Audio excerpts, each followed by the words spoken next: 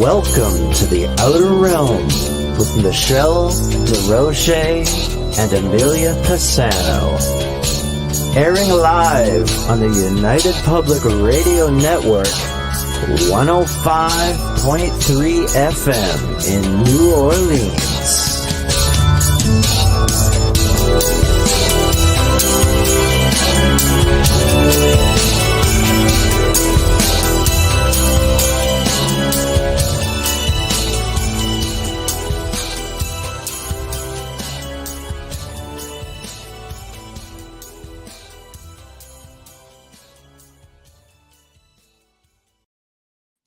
Good evening, everyone. Welcome to the Thursday night segment of The Outer Realm.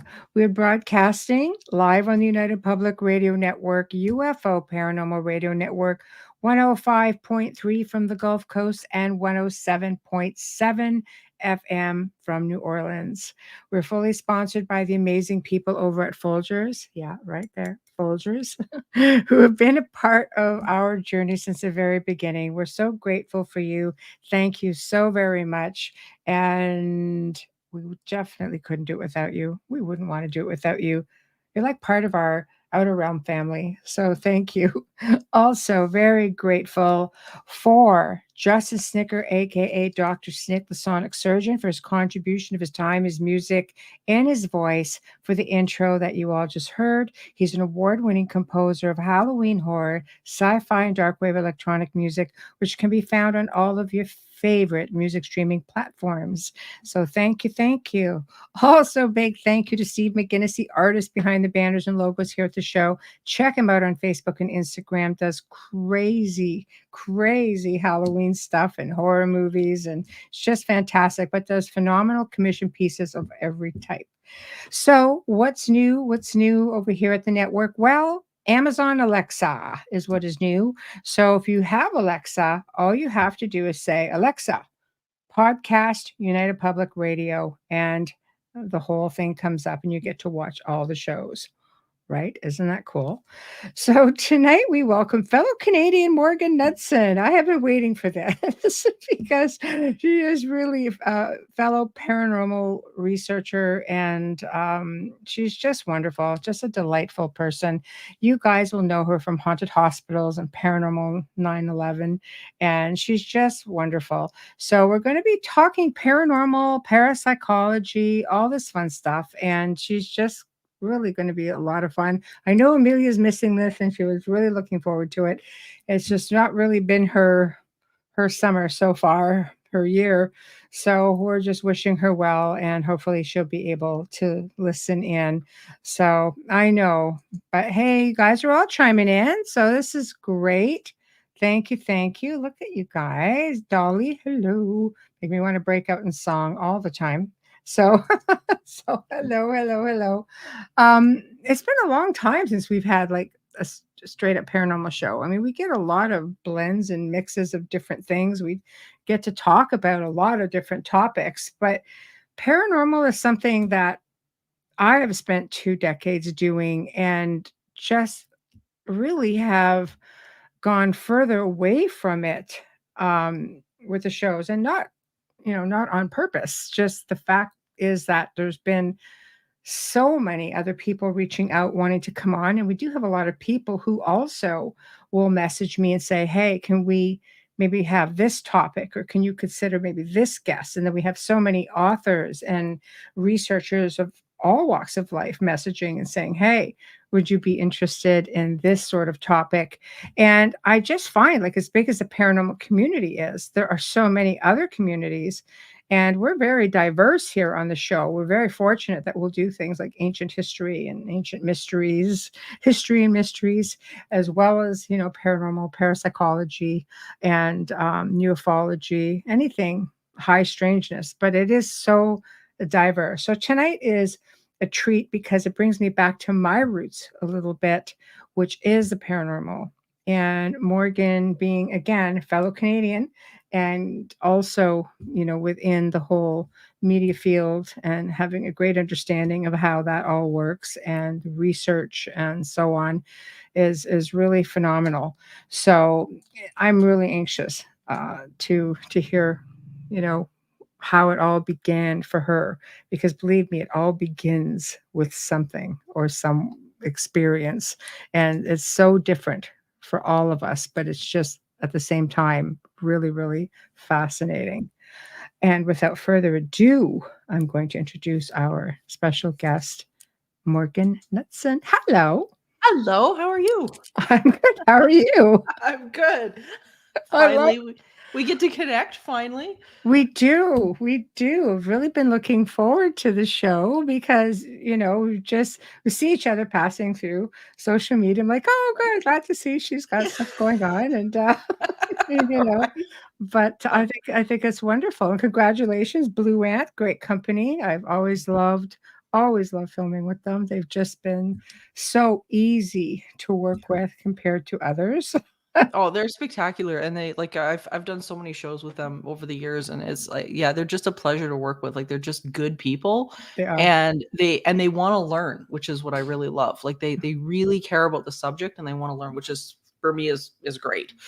It makes a big difference because Yeah. you do really have a wide range of people who enjoy the topic, the paranormal, and you have your what I call, and I don't mean this disrespectfully, just some people they just don't have anywhere to go, or maybe they can't get out, but they become your couch investigators, and they just wait for these shows to come on every week, and it's the highlight of their experiences for some, right? Oh, totally. And I think that's where, like, people like us, that's where our role really becomes important, is the fact that, what information are we bringing to the table? And, that was one of the reasons why they brought me on to their team, was to make sure the right information's getting out, because I Yes, think they really recognized that there was there's this horrific gap between real and fantasy there is, there is, with there the is. shows, right? So yeah, so they're just like, True. we really need help to figure out, like, which is which, and I'm just like, yeah, no problem. Like, that'd be my pleasure to do, because that's what I It's try it's to do anyway. it's rampant, and So bad. I've spent Yeah. 20 years filming, and the D word seems to be something that doesn't get left on the cutting room floor, no matter how many answers that you may give. And I've always joked about the fact that the whole world probably thinks I run around screaming demon, where I'm the more logical person. I'm yelling out psychokinesis, you know, and Ah, it's like, but nobody yeah. nobody understands it or wants to hear it. And even working with people over the years, there's no gentle way of saying Yeah. that no, this is not what you have going on, but you're trying to delicately say maybe you're projecting energy. I'll just send links, psychokinesis or telekinesis. If you see yourself in this, it's easier for them to think that there's something else. Yeah. It's like trying to tell somebody they're an alcoholic, and just be like, look, we got to have a hard conversation here. It's true. It's true. Yeah, it's true, It is. but it's It is. important, though. I It's the think thing. using Yeah. that right language is really important, and Mhm. and getting that out there, getting people familiar with it. Like, in the way I always talk about it with the studios, is the fact that, this is way cooler, because this is where the real magic is. Like, Yes. this isn't like Hollywood made up woo ha Mhm. ha. This is Mhm. real life, peer studied, peer reviewed Mhm. cases and phenomenon that's been that this is amazing. Like, this is Yes. like change your life level incredible. So that's the way I always kind of sell it to them, and then they kind of get excited about it. They're like, well, like, what do you mean? I want to know. I'm like, well, yeah, you Yeah, do we want don't to know what know. we're This is excited really about, but it cool. sounds really good. Yeah. Right, right. Well, I couldn't think of a better person to to take on the task, shall we say, of changing the mindset within the field. So let's start off with I mean, we don't all just fall into this, but for you, you may have. So with your background. So why don't we start off with your humble beginnings, shall we say, and then maybe move on to that one Sure. personal experience that knocked you over and said, "Oh, I have to do this." Oh gosh, yeah. Yeah, well, it's funny because, like, really from the get-go, it was a passion for me, and what I found really interesting, like, when I wrote my second book, that was the one thing I really noticed, was that all of these people in parapsychology had the same pull. they had that same instinctual calling for something bigger. Mhm. And that there was something bigger out there that we should be connected with. It was really interesting. And for me, it started like really early, like 9 years old.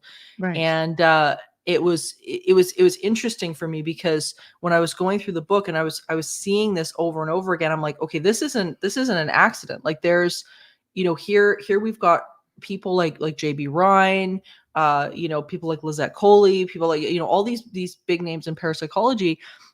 Everybody I think has this instinctual calling, and they're the ones that chose to follow it. But I think we all have it, Mhm. to some degree. So for me, yeah, it started really early, and then it wasn't until about, I'd say, like 6 years or so into forming Entityseeker research and teachings that Mhm. I found out my great grandfather had it as well, and he was very noted in the parapsychology field, and he was Mhm. a physician and an astronomer and poet Mhm. and all of these things. But he was also the president of some of the parapsychology associations here in Canada. So, but I didn't know that, and so it's really interesting how this kind of pulls you ahead. Mhm. Like I think this subject wants to be out there. It's got its own Mhm. consciousness. But yeah, so that kind of that was kind of how I got my start. And then yeah, I had a experience when I was a kid and it was like, well, my parents and we lived in a haunted house, and that really set the bar at that point. I Mm. mean, I was really fortunate because I grew up in the era of, Carrie Gaynor and Lloyd Auerbach on TV, and there Yes. was no like, ghost hunting shows that just didn't even Oh, there are exist. scariest places on earth. Oh, that I That see. I don't even know if that that was a one was around that at was the a time. great show Was that because still they around? did experiments and stuff too, which was kind of interesting. No, but it had Linda Yeah, Blair was your narrator, or was the host, I the think. host. Yeah, And that rings and a they had that bell. creepy little woman from Poltergeist speaking Right, in the right, right. background. I Yeah. loved her. Yeah, she was a skeptic too. She was like a massive skeptic. Yes. Like, didn't believe in anything. Like, it was Right. And there she was, just there she which is is, right? incredible. Just, like, Yeah. sucked into this I whole thing. know. But, yeah, so but, yeah, so that was but I was really big into sightings at the time with, like, Linda Moulton Howe and Tim Yeah. White. That Those were, yeah. yeah, sightings was the biggie. And yeah, and so I kind of got to grow up in that world. My grandmother had horrendous experiences with the paranormal, and she was completely against the whole thing and Oh whatever. And boy. well, that didn't last. So Yeah.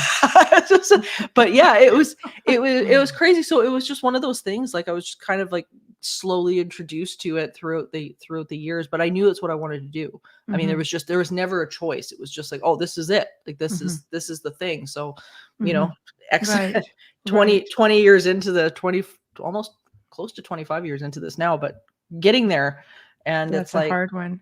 Be yeah, it's because, I mean, cool. Lloyd hasn't had it easy. No, When you're talking about parapsychology, like, yeah, he didn't have it easy. not at all.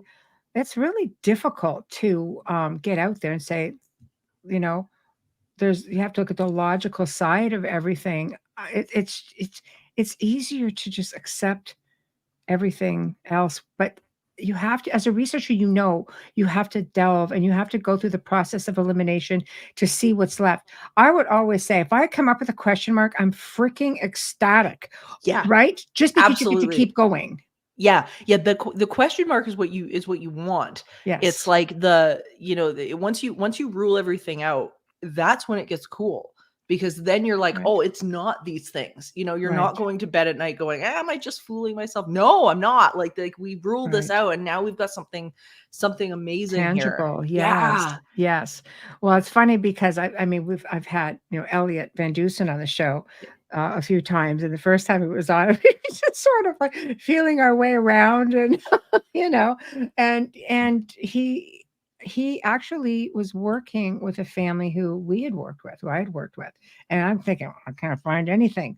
And he's just like, okay, you have to tell me exactly what you went through because, oh my God, I know. So we were able to kind of connect on that a little bit. And, he's like, I need to try to find these logical reasons. But how do you, Yeah. when you work with somebody who is just focused on, I mean, I have to say part of it is conditioning, part of it is media, um, Yep. upbringing, things like that. And how do you get them to change gears? Oh gosh, sometimes you can't. Sometimes if they are hyper focused on that one thing, Right. that's it. Like if they've made up their mind already that you're screwed, which is, I mean, one of the things that I used to tell clients all the time, where I would say, well, do you think this is possible that it could be something else? And they would go, oh, no, no, no, no, I know it's haunted. I'm like, well, then why am I here? Right? If you already know that and you know what to do with it, then what am I doing Yeah. here? Right? Then Right. obviously you're not willing to have a conversation. Because I mean, the parapsychology and the paranormal is about possibilities, right? That's It's like right. that's Yes. all it is. And in order to entertain all the possibilities, one of those possibilities is that this is something else that's going on. Mhm. But yeah, like so those people tend to not like me too very much because like it's basically my approach has been very different right from the beginning, which Right. is the fact that our emotional center, how we are, what we project into the world, we get a mirror back Mhm. of where we are emotionally, and whether or not it is reflected back to us in bad relationships or bad jobs or Mm. negative haunting or whatever it is, Mhm. the universe is constantly telling you like what you've got going on. Mhm. And so for me, that's always been my approach. It's like it's less about the phenomenon out there and it's more about, well, what is this telling you? Like, what is your environment telling you right now that Mhm. you've got to heal up if you've Mhm. got this stuff going on? Because that is, it's just completely intrinsically connected with each other. Mhm. And like parapsychology, like Scott Rogo and uh, Raymond Bayless and Dr. William Roll, they went into this so deeply when they were still alive. Mhm. And this intrinsic emotional connection that we have with our world, like how we are, what we bring to the table is creating our reality around us. And it's like not to Mhm. go too far down to the rabbit hole of like quantum physics and stuff, but Yeah, but that's that's huge. that's what it is, Yes. right? Yeah, Yes. that's what it is. And so it's like, okay, you've got this stuff going on. You can label it however you want to label it, but at the end of the day, Mhm. this is going to come back and sit in your lap. Mhm. And I mean, I've been there. Like I've done it with cases that I've been involved in, and Mhm. and I know this firsthand. And and some people are willing to do the work, and other people they realize, oh man, that's an aspect of myself I don't want to touch, and I'll Mhm. live with the haunting. I don't care. But Mhm. yeah, it's like But you it's such an got to easy connect it in. fix, really, isn't it? I think it is, and it isn't. Like I mean, Well, mindset. You work on yourself and, like, yeah. projection of energy starts with you. 100%, 100%. And I mean, I think if you're not afraid to go there, but some people have a real hard time sitting with themselves, and they Mm. will do everything they can to not have to do that. Yes. Like, whether it be, I mean, some people cover it up with alcohol, some people cover it up with Mhm. drugs, some people cover it up with bad relation. I mean, whatever. Mhm. And then, they just kind of bash it down until you've got something that's manifested outside of yourself, or it's whatever. Mhm. But some people would rather put up with like the worst thing Mhm. than confront whatever's going on with them. Mhm. That's just how they it's just how people are. I mean, we've been like that for centuries. Mhm. It's true. I find that whenever I would work with families, I would just work on what's going on up here. Yep. I always say to myself, okay, there's something that's making you think that this is going on. Yep. And it's my job to take the weight for a little while, try to figure out what's happening and trying to ask the hard questions. Like I've gone Yep. to the extent of asking for psychological assessment, Yep. sometimes two. But I need a backup for this one, Yeah, absolutely. and then trying to I want permission from the doctors to work with people, and I always get it as long as like don't let them go off the meds, right? So it's a matter of okay, do you end up is the medication working? Yep. If it's not, then it's like, okay, maybe we are looking at something a little bit different. Again, process of elimination. But Yeah. it's if you can change what's going on up here, and I've been able to do that. I used to have like a year and a half waiting list. So I would work with people online or through the phone at the time and just work with reframing the conditioning and so on. And I'll tell you something, by the time I was freed up, they're like, no, we're good. Yep. It's just Yep. changing it, the perspective. Yeah, and changing that that center, whatever that person's got going, changing that center changes the activity around them. It immediately will shift that. And people think, well, what am I supposed to do? What's the physical thing I'm supposed to do? Because I think they're so used to the, the TV shows of getting on, doing some sort of voodoo dance and jumping around and doing a thing. And it's like, it's not about, I mean, if that helps you get to where you need to be, then fine. But it's like, if at the end of the day, if you're not shifting what's going on internally, I mean, you can move across the country and you're not going to get any different, because you're bringing you everywhere. Have you run into, have you been able to explain everything away through parapsychology, or have you had those, those cases? I hate to say case per se, because people are people, locations are locations, but have you run across something where it's like, okay, I have no explanation for this and nothing is adding up and nothing. It is truly a paranormal. We can't figure it out. Well, I think they're connected to each other. Like usually, when we get, if we get somebody who is, let's say, for example, just maybe, I don't know, repressing being beaten up in a bad relationship or something like that. And then they're now in a situation where they've got like a actual genuine haunting of something that's coming and attacking, and it's like beating the crap out of them or something like this. Then usually you can, if you interview the person enough, you can figure out how that's being mirrored back to them. And, sometimes it's, they find another bad boyfriend that's doing it, but sometimes they'll find an entity that's doing it, so it's like, they're going to attract that same thing until they start to heal that stuff up. So I think it's completely connected with each other. And it's not the fact that, that's all in the person's head. No, it's not. Like there's something physically in the space that's conscious and it's doing its thing. But it's like, until you get rid of that, you're just going to move on from one to another, to another, to another. And it's like that in life. It's like people that don't clue in why they're getting treated badly by a boss. They quit that job, they go to the next job, and they're getting treated badly by the next boss. Well, okay, because you didn't fix the first issue. And it doesn't make the boss in your head.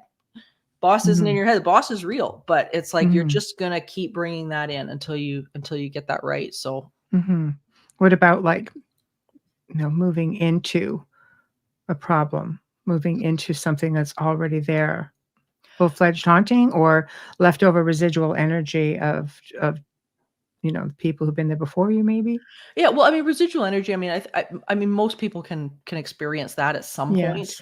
I mean, that's just, I think everybody for the most part has got some sort of a story about that, sort of that environmental stuff. But like here in Alberta, that's really rampant here, because we've got a lot of really screwed up wiring here in homes. So there's a lot of like places that just have horrific amounts of electromagnetic activity, which seems to be very interconnected with the residual stuff here. So so that's kind of its own thing. But yeah, no, I mean, there's people that move into these houses where they think, it just came out of the blue, but you've got to be resonating with this stuff in order to experience it. Like you'll get a family, for example, that'll have a horrific time. They'll move out. You'll have another family move in. They're at a different, in a different emotional state. They've got a different dynamic going on, and then they never experience anything. And they look at the last family, and then they're like, "Oh, it's a hoax."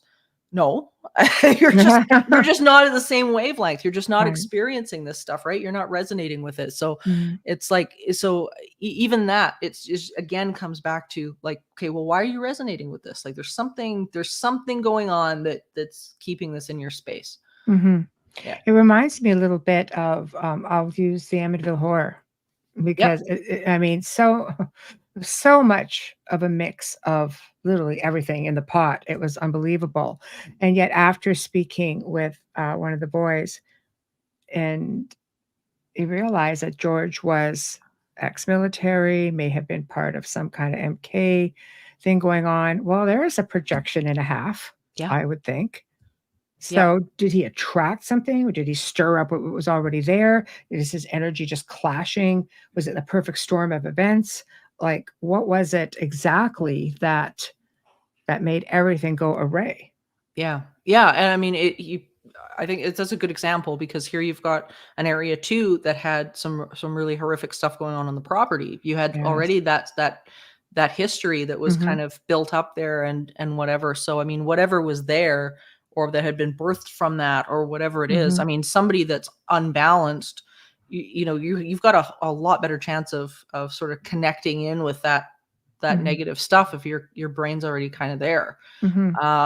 And unfortunately, a lot of people that are in trouble like that usually do end up having some pretty horrific experiences with this stuff. I've never met somebody that's bipping along and has been, it deals with stress well and has been, relatively happy and is pretty positive. I've never had somebody like that come to me and be like, oh, I'm having the worst time.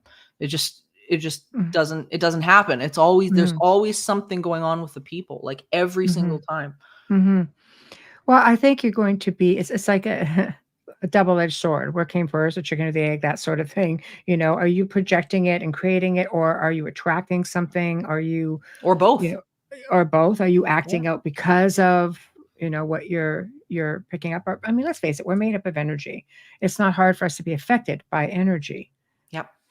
Right. Yeah. And I think you just see more and more of it, but I just don't think people have an understanding. I mean, for me, I look at it like, gosh, we're really powerful individuals. Like, we are powerful beings that we can, we're living this human experience. Yeah. We're this incredible energy having a human experience.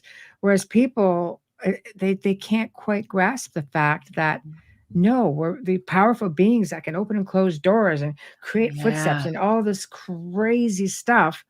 It's just easier to give credit to something else. Well, and not only that, is that asking people to accept that level of empowerment is a exercise in responsibility, because in order to embrace that power, you have to be able to step out of being the victim.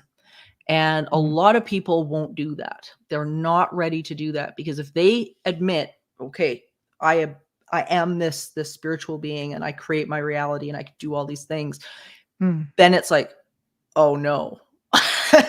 Oh no. Like, you mean I can't blame that guy over there for this, that, and the other thing that's happening. I can't blame this thing. That's tough for some people, especially in this day and age.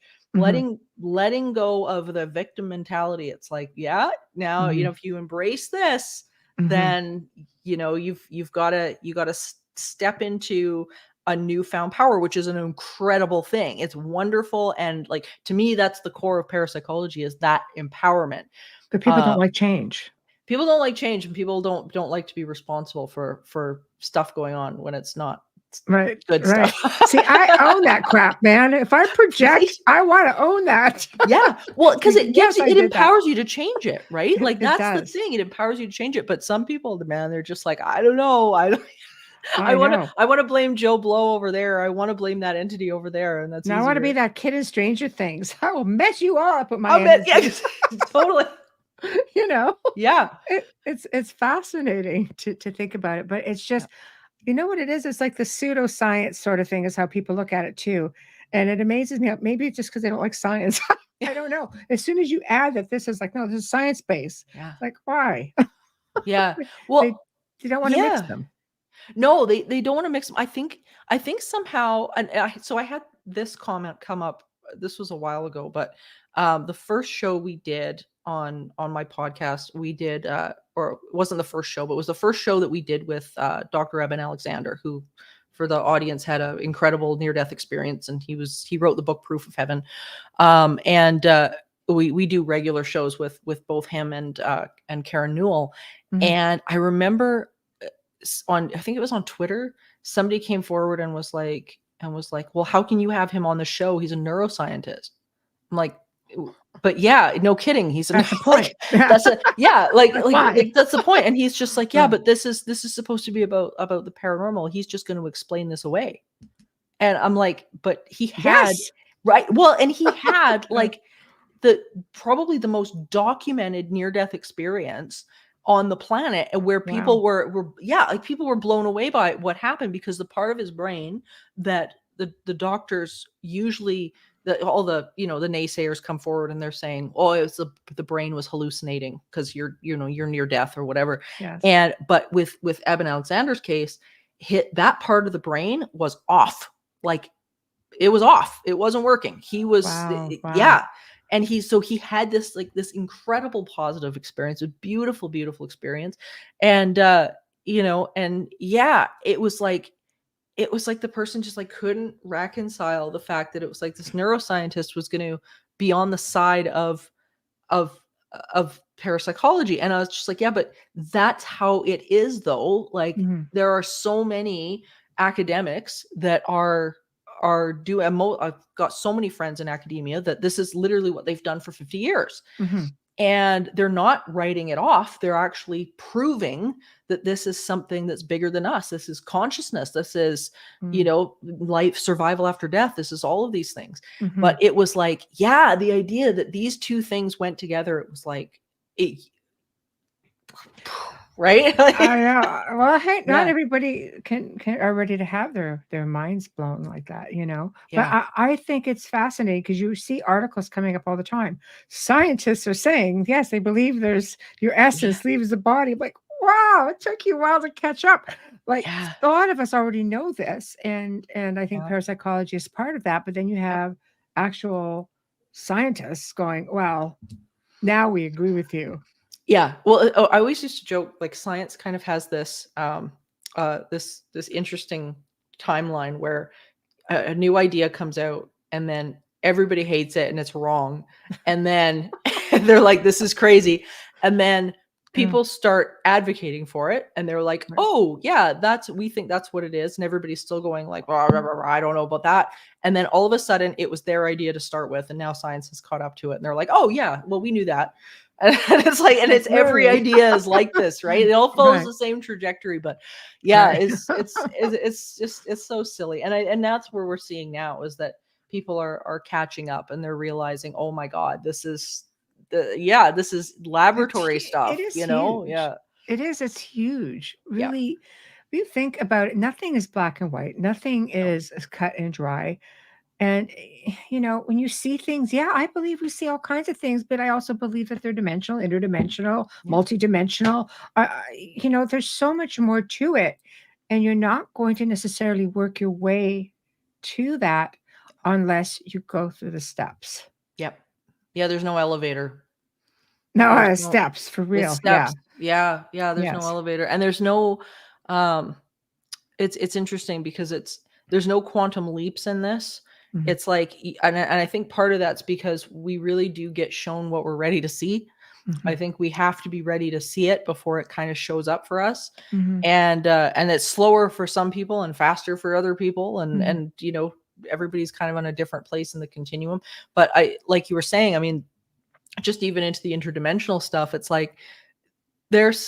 we see such a tiny fraction of this planet. And I've my little snake Galen, bless his heart, he sees and here's a physical being that science is completely aware of, that sees in infrared, sees in UV, can taste, smell, he can see heat. I mean, he experiences the world in a completely more advanced way than we can ever possibly imagine. He's seeing full spectrum. He's seeing all this stuff. And it's and here we are back here, seeing this tiny little fraction of the planet. And it's funny with him, just to give everybody an idea, we're positive here that he sees visitors that come and visit with us. Doubt. Absolutely. Just last night, sitting on the bed with him and we were playing and doing their thing. And all of a sudden, and he's done this so many times, he sits bolt upright and he looks at what appears to me to be nothing. And it's he recognizes somebody and it's excitement. And he looks and he looks and he listens and listens, somebody's talking to him for 20 minutes. And that's so fascinating. Yeah, you can't get his attention. He's completely immersed in what he's seeing. And he listens, and sometimes he'll follow it around the room a little bit. And then last night, so we're sitting here and this is all happening. My door begins to close all by itself, closes halfway, stops, and then closes the rest of the way. And then he quit. And it was like, oh, isn't that interesting? So somebody came and left. Somebody came and talked to him and left. It was really cool, but it happens with him all the time. So it's like, here you've got this little guy that's perceiving this world in so many different dimensions, you know, and I mean, we're clueless. I love that it's a People are snake clueless. because Yeah. people don't look at them Yeah. as these, you know, like a cat or a dog. Yeah. And, you know, 'cause I used to have a lot of parrots and I said they're cuddlier than a cat or a dog. People go, that's ridiculous. I'm like, no, for real. They Yeah. love to cuddle. And it's the same I find with reptiles. That's Galen. Yep. Yeah. Say they don't have that same connection. So they don't pay attention. They think they just want to sit there all day in a tank. And there's nothing beyond that. Yeah, not And at all. And clearly, oh right? yeah, like he is ridiculously smart. I mean, I've seen him pick tools up and use them. He problem solves, and he's 20 years old. He just turned 20 in June. Oh my goodness. And yeah, and I mean, this little guy, it would blow people's minds what he can do, what he acknowledges. It's unbelievable. And but his interactions with whatever comes through here, I mean, is really, really phenomenal. And it's really quite amazing. But yeah, he's such a cuddly little guy too. He loves to snuggle up and watch movies and hang out. I love that. Yeah, I yeah, love he's that. just the best. It's so obscure, but it's just like they're all sentient. Oh, You absolutely. know, you don't Yeah. know that little spirit who he was before. Yeah. Well, the funny thing is I always joke that he used to be a baker in a past life because one of his favorite things to do is get in the kitchen and make stuff.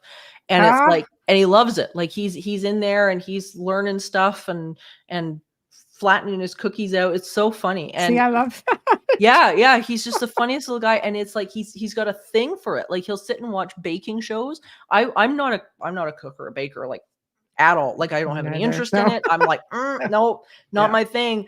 Yes. I've had to learn because he's like in the kitchen doing it, like just pulling stuff out of the cupboards and doing, and I'm like, okay, I'm like, this is what we're doing. But yeah, that is hilarious. Yeah. So I'm That like, I is swear to God, he was a hilarious. baker or chef or something.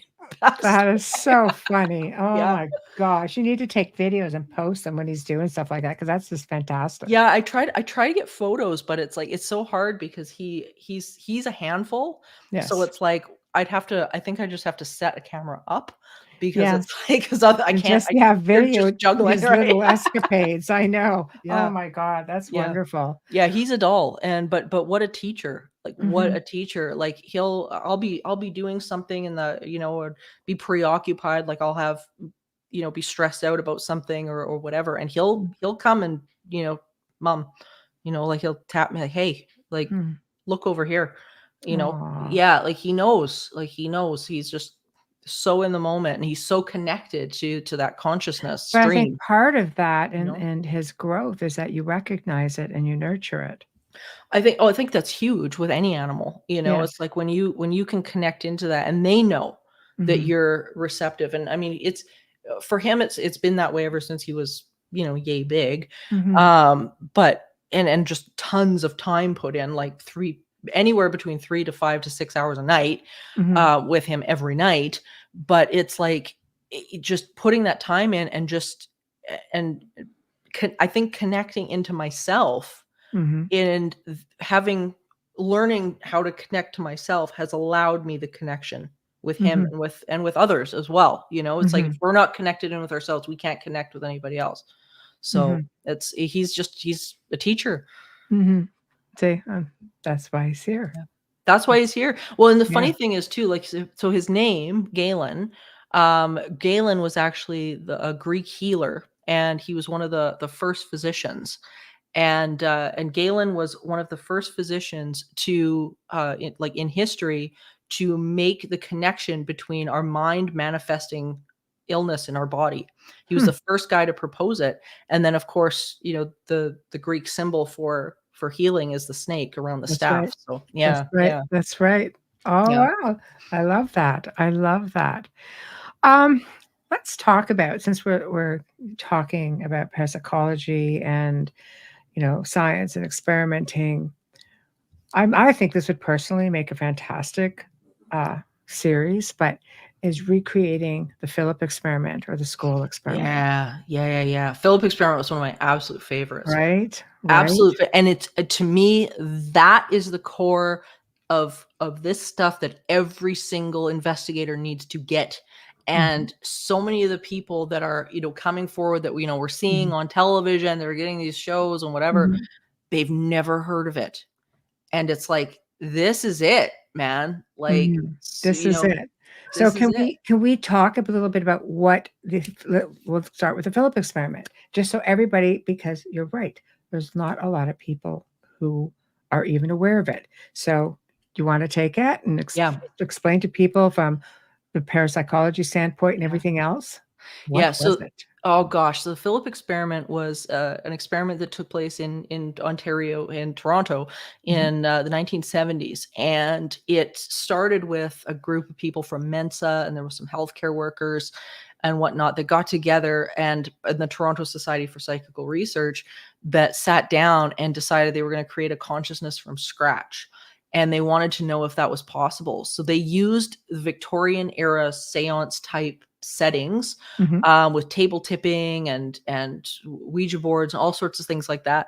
And they created a character by the name of Philip. And so instead of trying to invoke a spirit that they already knew somebody was dead, they created a character, and they built up this guy, this sort of womanizing medieval dude named Philip, who was supposedly like murdered. I think he murdered his wife or something was the story, and or murdered his mistress or something like that. But there was this whole backstory. So they talked about it enough that they sort of convinced themselves that this guy had existed, and they sat down and they started to contact him, and they worked at this and worked at this and worked at this and couldn't get it to go.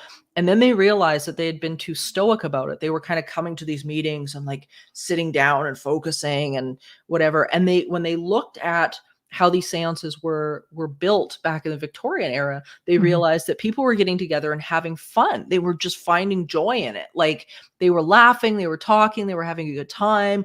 And they thought, man, like, that's the one thing we're not doing. Like, we're kind of being too serious about this. And then lo and behold, it was like within 48 hours of them bringing that element to the table, stuff started to actually happen. And Philip started to respond. And he was to the point where whatever this thing was doing, it was moving chairs around, it was moving objects, it was responding to questions through raps on the table. It was behaving like it was an individual entity, which it kind of was. It was like a thought like form. a tulpa. Like a tulpa, yeah. Right. And this thing, but it could only answer questions within the scope of knowledge of the people at the table. So they were they realized that if they asked it something and somebody had the wrong answer, like somebody had the wrong information, it would answer with the wrong information. So it was just this taking it from. Yeah, it was this extension of their consciousness. It was just wild. And then they tried the experiment again to see if it would work a second time with a character they call Lilith, and it was a completely different group of people.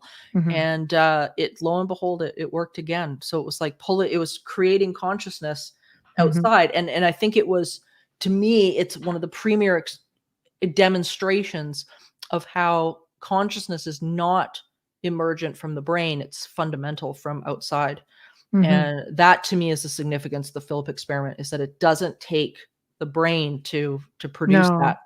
No, I agree. I think it's a lot. Like, I've done table tipping. I've had tables move. I've had glasses move. I've done all that stuff through experimenting, which is, I've always found fascinating. Again, projection of energy. And what I find interesting is people who play with Ouija boards or spirit boards, or it's the same idea. It's like you ask a question, and I would have to tell people, just clear your mind if you're going to do that, because otherwise your answer is going to come from your own head. Yep. A lot of times. Yeah. And or the head of somebody at that table saying the same thing. Absolutely. Like, and the Ouija board, it's funny, some colleagues of mine and I, we've had some incredible experiences with the Ouija board, to the point where we were actually getting different languages coming through that nobody at the table was speaking. So And that's interesting. phenomenal. Yeah, phenomenal. Yes. And we got to know a group of these spirits that were coming through regularly all the time. Mhm. And we ended up completely elaborating on the board, which included like emotions, and we included all sorts of things, months of the year and all sorts of stuff like that. And we've gotten to the point now where it's completely fluent. It's like texting.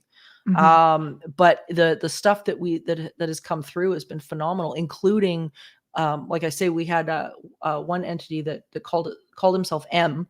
His full name was Mokala, but in Africa they usually go by their initial, because That's right. us white people can't pronounce their names. That's right. So they usually go by M, and we didn't know that either at first. But he said, no, call me M, call me M. And we asked him where he was from, and he came back with Mother Mola. And we had no idea what that was. We were like, Mother Mola, what the hell is that? And it turns out that Mola, when we Google it, it was this tiny little town, and I mean like a speck of a town in the middle of Central Africa. And so it was Mother Africa, Mother Mola. And after that, he would give his answers, but they would all be in African, all be in the African language. And it was the dialect from that area. Which, I mean, everybody at the table was either Caucasian or Indigenous, and none of us were Canadian. Like, that's it. And we're Canadian, like, we don't know. And so we're getting this, but we're having to use Google Translate to like translate the stuff that was coming through. It was really cool. And so we've met some absolutely fascinating people over the years through that. And I know people like to say, oh, no, it's all fake. It's not. No, it's just a tool. It is just a tool. It is just a tool. I think if people do it properly, again, you have to clear your minds, because it's easy when you're asking certain questions. It's easy to get the answers that they know you want, but pulling it out of your own consciousness. Yeah. So go in there blank. I always say, just hum a song. Yeah, say a nursery absolutely. rhyme. Just say anything that in your mind that can just take you outside the box a little bit. I also really enjoyed like the Scole experiment. I thought was really interesting. Like, just again, very similar. Projecting things out everywhere. Like, that was crazy. And they did that one in England, I believe, didn't they? That was England, yeah. Scole, England, Yes. And they they had a group of sitters. It was actually very, very similar to what my great grandfather was doing here in Ontario. I love that. where he had a group of sitters. But it was funny because with my great grandfather, his name was Albert Durrant Watson. He didn't believe in any of this stuff, and it was his friends that kind of roped him in, and they just wanted to use his house. They were just like, can we just use your back room because we want to do this thing? And he was like, what the hell are you guys doing? And they're like, no, it's okay. We're just gonna be here for a couple of nights or whatever. And he was like here he is. He's a physician, right? So he's just like, oh, very logical. I don't know what you're doing. He's like, this is weird. But he so lo and behold, he goes and he's sort of sneaking a peek into his back room, like, what the hell are they doing in there? And then they realize they've got this channeler by the name of Louis Benjamin, and he's sitting there and he's giving all this information from a group of entities called the Humble Ones. And so very similar to Scole in the sense that they're getting these messages and whatever, and relaying it. And AD, the more he listened in, what really turned his head about it was the fact that the medium who didn't know him from a hole in the wall. This guy was like grade 6 education, didn't and he ended up channeling AD's mom, and it was like same cadence, same nickname, information was, and AD was like, I don't even know you, buddy. Like, how did you, none of these people knew my mom. You sure as hell didn't know my mom. What's going on here? And he ended up writing 2 books on the subject and transcribing what was going on. Amazing. Sittings. Yeah. And the books are incredible, and they're like way ahead of their time. Like, they're just they're so cool. But Scole experiment, like, very similar, where here they are getting all of these, they're having these sittings, and they're getting these profound messages. And I know they got a lot of criticism because they wouldn't let people in on it. Like, they were like, they We don't want people involved. But I get that. Like, well, yeah, it's an experiment. It's like, it's like contaminating the whole experiment. I wouldn't want to do that either. I just find it interesting how, objects could just disappear and just show up and just drop down on your lap or your table. You're just kind of like, where did this come from? And you're just communicating this. I truly believe the consciousness, especially on a mass level, is extremely powerful. Two examples that we can begin with. And when I say Tulpa, Slender Man, started in a chat room. Over time, groups of people from around the world with intention created this being that people actually started having sightings of. Yeah. So I don't know. Well, Slenderman's an interesting. We're seeing this. Yeah, well, Slenderman's an interesting one too, because I think you kind of got to wonder, like, okay, this guy creates it for a horror story online and whatever, but I almost kind of wonder, was it him creating it, or was there some sort of like, download of information from somewhere? Like, you know what I mean? Like, was this kind of like an inspired creation? It makes me kind of wonder, like, I don't know. Like, think about it. Like, I've experimented just with consciousness, and I've talked about this on the show before because I have found it pretty funny. So I'll say a word like, the one I used was swell, because nobody says swell anymore. It's like, what, in the 50s or something? That's swell. So anyway, I threw it out there, and this is just me putting it out there. Just all of a sudden, I just start seeing it showing up everywhere. And this was before the days of your cell phone listening to you. I mean, look, this is going back a while, right? Like way back, like 10 years plus years ago, when your cell phone wasn't as intelligent as it is now. And I just started hearing it everywhere. And it just started popping up. Or in my mind, I would just think of a film, for example, I haven't seen, or a song. And all of a sudden, you're just hearing this song all the time. Now, this is in my head. Yeah. I'm not saying it out loud. I'm not doing anything. I'm just thinking about this song all the time. So I don't know. What is... Well, I think what we focus on creates more. That's the thing, and that's one of the things I think that people run into with going back to cases of hauntings that people don't realize, is that when something happens in the house, they get super hyper focused on it, because they're like, this was weird, or this was scary, or oh my god, and they're calling their friends, and they're calling their family, and they're oh my god, they're laying in bed at night, they're thinking about this, whatever, and then lo and behold, something else happens. It's really similar to the first thing. And it's like, well, that's what happens. The more we focus on something, the more it expands. Like, we live in a very inclusive universe. It doesn't hear no. It just it just focuses on whatever you're thinking about, and then it starts to blow up and show up and whatever. And that's the loop people get into. It's like they're focused and focused and focused. Oh my god, oh my god, oh my god. And then it's like, people that wake up in the morning and then stub their toe, and they're mad, and they're still mad an hour later that they stubbed their toe, and then they get a phone call, they've been fired, and then that gets them upset, and then the next upset happens, and the next upset happens, and it's just like then you're off and running, but it's like, I think it's the same thing with things like that, where we get focused on something, or we send it out there, and I mean, I firmly believe that what we send out there, it gets picked up, and it's like, whether we want to continue it or not, is really up to where our focus is. And, part of what I do with clients, or did with clients when I was doing it more often, was getting them off the subject of the haunting. And it's like, yeah, but this just happened. I know it just happened, but what are you going to do now? What are you going to do? Well, go paint, go do something else, but get your attention off of it, because you're going to line yourself up for another one. Yeah. Right. I don't know. I find it, it's fun. It's fun. It's fascinating when you really, think about it, because we can project so much incredible energy. And there's what I always have found interesting about that is people who don't believe in anything. For example, like, you notice that when you're in a haunted location, because I used to do ghost tours, and more times than not, the wife or the girlfriend drag along her guy. You're Yep. coming on this ghost tour. And one night there was a man, and I'm doing the tour, and I look, and he's standing there with his hand out, and he's really rigid. And I walk up and I'm like, "You all right?" He's just like, "Something has my hand." I'm going, "Okay. How do you feel about that?" He goes, "I don't know." So I'm just like, "All right. Well, why don't you just pull your hand away?" He goes, "I can do that." "Pretty sure you can. Yeah, you just pull it away. You're fine."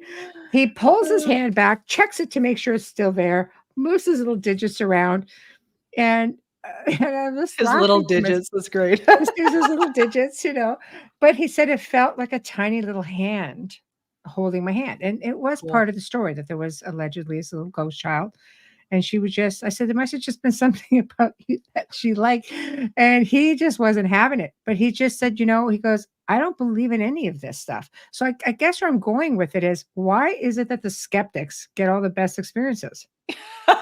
Like, they Some of don't them do. want it. Yeah, some of them do, some of them don't. I mean, like, I think sometimes the skeptics actually manifest the non-happenings. Like, Right. I think, like, they say, "Well, nothing ever happens to me." Well, do you believe in it? No. Okay, well then, And they're like, so hostile too, yeah, right? it's totally. It's like with that Right, tone, right? Like that's got to right, be with that tone. No. right. Yeah, like I think again, I think it comes down to resonance. And I think a lot of people too, like they say, "I don't believe in this," or "I don't know about," blah, blah, blah, they're all like grouchy about it. But Mhm, I think a lot of them, that's their coping mechanism, mhm, because it's like, if I just say I don't believe in it, then I don't have to deal with it. Like I've noticed a lot of skeptics over the years that I've dealt with, they're not actually skeptics, they're terrified. And like I can't remember where I was going. I was in the car with a bunch of people, and this one guy said, "Oh yeah," he's like, "Yeah, I don't believe in this stuff, blah blah blah blah blah." And I was like, "Oh yeah," I said, and it was like the next night I was doing, I don't know whether I was doing a tour or I was doing class or something. I'm like, "Well, you should come." "Oh no, no, I don't want to come." I'm like, "Why?" And he was like, "Well, that's scary. I don't want to come." And I was like, "But I thought you didn't believe in any of it." And it was like, I blew up half of his brain when I said that. He didn't know what to do with that. But it was really funny. It was just like, "Oh, no, no, no, no, I don't want that. That scares me. I don't want to do that." Right? But it's like, "But I thought you didn't believe in it." "Oh, I don't." That's like, "Well, then what's the problem?" What's going on? But it's funny. So I think a lot of these people, it is a coping mechanism. Like they're already trying to deal with understanding the physical part of their world, Mm. and then you're trying to interject this, like, uh this part of the world. Okay, now you have to understand what you can't see. And they're like, like they're just, That's tough. Yeah, yeah, like you're asking them yeah. to change the paradigm of their world. And it's like, it's not just like, "Oh, experience this new phenomenon." It's like, no, you're asking me to rewrite how I deal with my environment. Mhm, I don't think a lot of them are ready for that. So it's like, I just don't believe in it. mhm. Sure. Right. Hey, it's a tough pill to Sure. swallow for some It people, is. I mean, my father for years, it just made me feel like, you know no, it's the house settling, just I think that you're being silly. He's always very nice about it, but, I mean, I come my mom's side, they're full blown, poof, wide open, everything's going on, but later in life, when I'm an adult, my father just confesses to me all this paranormal activity that he experienced and things he had seen, and I'm just looking at him going, "You know what? Yeah. You really had me questioning my own freaking sanity," and he's just like, "I just didn't really want to talk about it." Yeah, they just don't wanna deal with it. It's funny too, like when I find when you start to bring in facts about certain things, that's Mm, when they really get messed up as mhm, well, where it's like, "Oh, well, it's just this." Well, actually, no, and here's why. And right. then it's like, "I don't wanna deal with this. I don't wanna look at this." Mhm, There was a case that I was working in a part of Edmonton, and we had gone back to this house for quite a long time. It was a house built in 1910, and it was super active. The whole area was super active, but this house mm, was a lot of fun. And, the guy that rents the house, he had ended up to be a colleague of mine because he's a brilliant medium. But yeah, we ended up recording this really fascinating scenario in his house. We'd left cameras running, and all of a sudden in the video, you see the camera, like something tilts the camera to one side, and you can see the light in the room is changing. Nobody was in the house at the time. And you could see like light was changing in the room, like somebody was passing in front of, like in the room around the camera.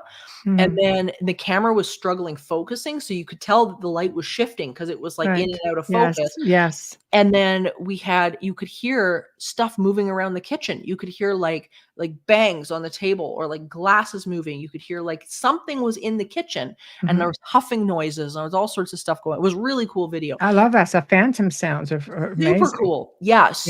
super neat. So anyway, so we came back in and whatever and disabled the camera. We're like, holy shit, something happened because the cameras moved and whatever. And so he brought this footage to his work because there was one guy at his work that was just like, this is stupid and you're an idiot and blah, blah, you know, whatever. Oh He's boy. like, take a look at this. And so the guy's like trying to go through explanations, but he's my friend Matt said literally you could watch the color drain out of this guy's face. Yeah. Like he was like, well, no, like that's No, yeah. I can't unsee like this now. like he was like Right. struggling, and then all of a Right. sudden he was like, I can't watch this. I can't watch this anymore. And he turned around and walked away, and he never brought it up again.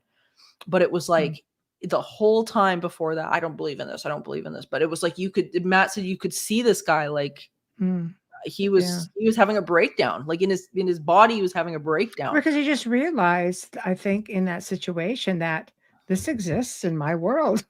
Yeah. I And don't here it is see on I don't film. like it. Yes, Yeah, right. here it is on film. You know, I can't even write this off as, I just made a mistake.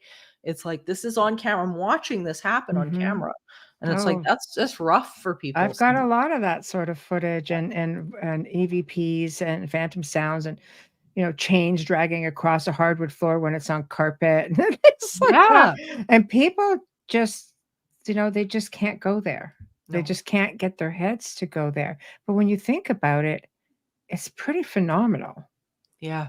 Like that, you know, some things are just, it's not all projection. It's not, you know, which brings me to, let's talk malevolent hauntings and let's go with the D word. Yeah. God. I know. No, let's address it really. Because, let's do it. Yeah. You know, because I mean, I know incredible mediums, remote viewers who no, we have seen this. We know this exists. They're there. Are they aliens? Are they interdimensional? Like, you know, like, are we just dealing with another race of entity of sorts? Yeah. What are they?